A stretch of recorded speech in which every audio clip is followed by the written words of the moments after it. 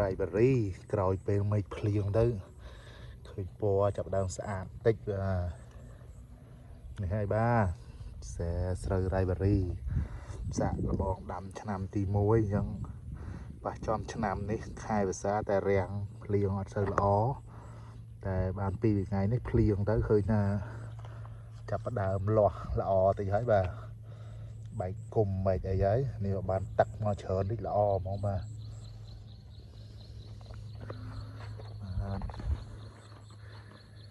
គឺជាការធ្វើចកាផងធ្វើស្រែផងបាទអញ្ចឹងមានស្រែមានចំការហើយក៏សាកល្បងពូជស្រូវថ្មីដើម្បីឲ្យដឹងថាដីនៅនេះដាំកើតអត់បាទដាំលក្ខណៈធម្មជាតិហ្នឹងបាទ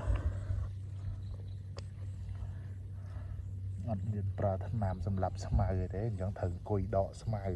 បើចង់ឲ្យល្អបាទ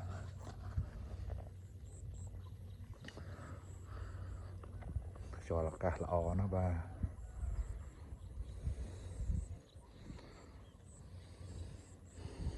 បាទអរគុណបាទចាំមើលពេលវារីកលូតលាស់ហើយទៀតខ្ញុំថតឲ្យមើលទៀតបាទ